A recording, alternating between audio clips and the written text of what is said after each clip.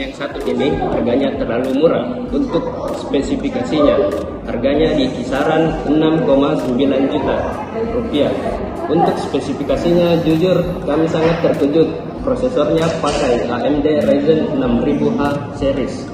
Nggak salah dengar, H series yang biasa dipakai di laptop gaming. RAM-nya langsung 16GB DDR5 6400 bukan 4000-an. Langsung 2 channel, storage-nya setengah terabyte dan masih bisa ditambahin lagi pakai SD. Yang kedua layarnya IPS dan sudah support AMD FreeSync. Ini nggak salah pasang harganya. Bagaimana nih? Biasanya laptop dengan spek seperti ini biasanya mencapai belasan juta rupiah. Yang ini cuma 6,9 juta aja. Laptop yang harganya ajaib. Ini adalah Advan WordPress. Oke, gimana? Tertarik? Kita mulai bahasnya dari spesifikasi aja.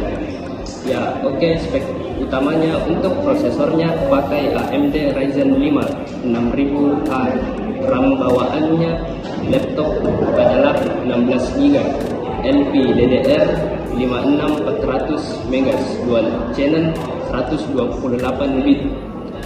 Ini adalah kecepatan RAM paling tinggi yang didukung oleh prosesor tersebut. Tentunya namanya juga LPDDR. Ini adalah RAM onboard, jadi nggak bisa di-upgrade. Tapi untungnya tadi kecepatannya tinggi. Untuk storage-nya pakai 512GB.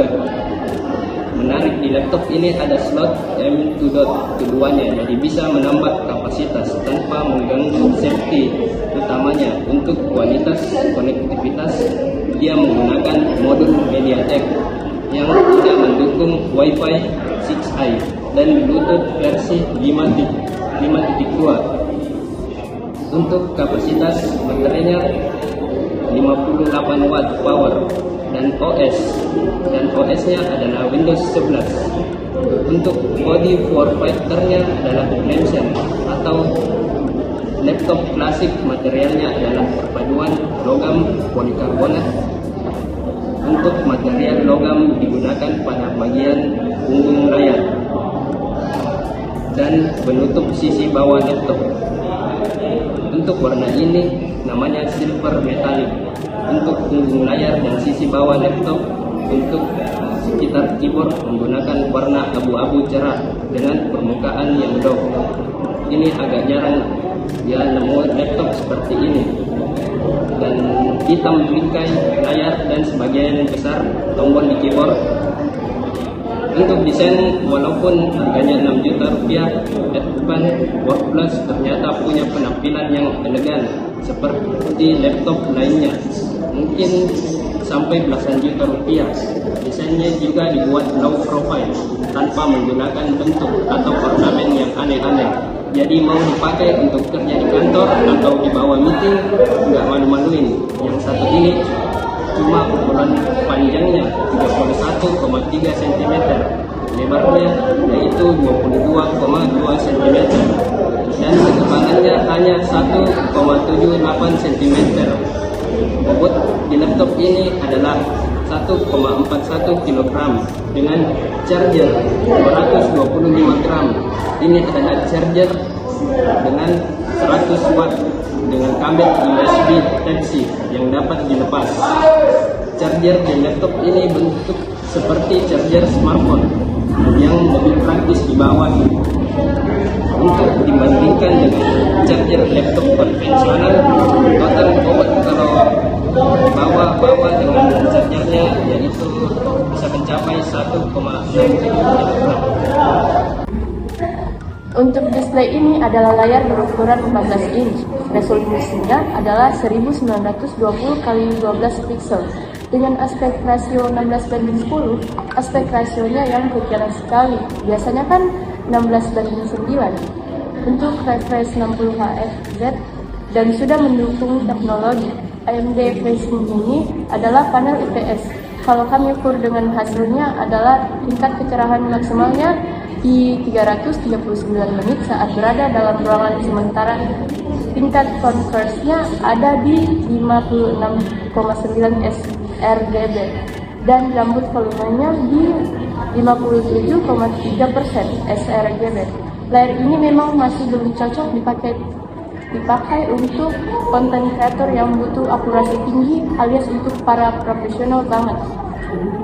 Tapi kalau mau dipakai untuk belajar editing harusnya nggak masalah, karena panelnya udah IPS dan kalau digeser kanan kiri nggak banyak terjadi perubahan warna. Kalau mau dipakai buat nonton ini tentunya sudah oke. Kami sendiri tidak komplain ya untuk kualitas laptopnya, karena tampilan layar di laptop ini walaupun memang belum 100% sRGB, layar laptop ini juga sudah menggunakan permukaan non-black, jadi minim pantulan bayangan yang dapat mengganggu kenyamanan. Jadi lumayan kalau ada di ruangan yang banyak lampunya atau bahkan di luar ruangan. Bingkai layar juga sudah menggunakan desain yang tipis untuk sisi kanan, kiri, dan atas, sehingga lebih kekinian. Menariknya, layarnya dapat dibuka hingga 180 derajat. Hal ini membuat engsel layar lebih aman dari risiko rusak akibat nggak sengaja terdorong atau tersenggol, dan juga membuat penggunanya lebih mudah menunjukkan isi layar ke lawan bicara di depannya. Nah, laptop ini dilengkapi dengan kamera 720p 30 fps untuk audionya. Laptopnya dilengkapi dengan 2 buah speaker dengan arah keluaran suara ke alas laptop. Suara yang dihasilkan laptop ini masih terasa kurang lantang di telinga kami. Walaupun demikian cukup oke lah, tidak seperti speaker yang asal-asalan bunyinya. Sementara untuk karakter suaranya cenderung bright.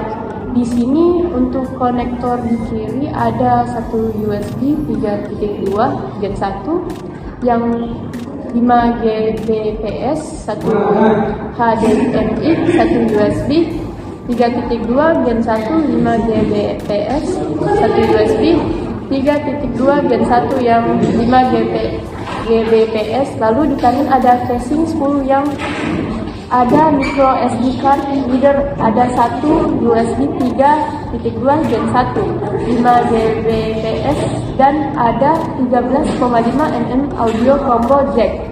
Nah, konektor USB di laptop ini juga sudah mendukung display output dengan protokol DisplayPort dan juga support power delivery, alias kita bisa nge-charge dari konektor USB juga. Keyboard di laptop ini menggunakan tombol klik dengan ukuran yang pas, bahkan untuk pengguna dengan jari-jari yang besar. Uniknya, untuk tombol F1 sampai F12 menampilkan warna abu-abu, sehingga mudah dibedakan dengan tombol lainnya yang berwarna hitam. Untuk kenyamanan pemakaian ternyata cukup oke dengan tingkat level reserve yang lumayan dalam. Akan tetapi sayangnya di sini nggak ada tombol home dan page up dan page down yang biasanya digunakan untuk melakukan navigasi dengan cepat. Nah, untuk lampu backlight ternyata di laptop ini menyenangkan nih. Dia punya backlight, ada 2 tingkatan penerangan yang dapat diatur dengan tombol version plus F9. Untuk touchpadnya, posisinya adalah center to body yang memanjang dari tombol alt kiri hingga kontrol yang kanan. Dengan posisi seperti ini, telapak tangan memang masih bisa masuk ke area touchpad. Untungnya saat kami coba kursor mouse tidak bergerak, walaupun transfernya disentuh oleh telapak tangan. Sepertinya dia sudah punya fitur palm rejection di touchpad ini. Untuk security laptop 6,9 juta ini ternyata dilengkapi dengan sistem keamanan biometrik dengan pengenalan sidik jari. Untuk sensornya diletakkan di area touchpad dan dalam penggunaannya pun ternyata cukup lancar. Di sini kalau untuk cooling sistem pendingin laptop ini dilengkapi dengan 3 buah headset dan 2 buah kipas untuk ventilasi pembuangan panasnya ke arah belakang menuju engsel layar.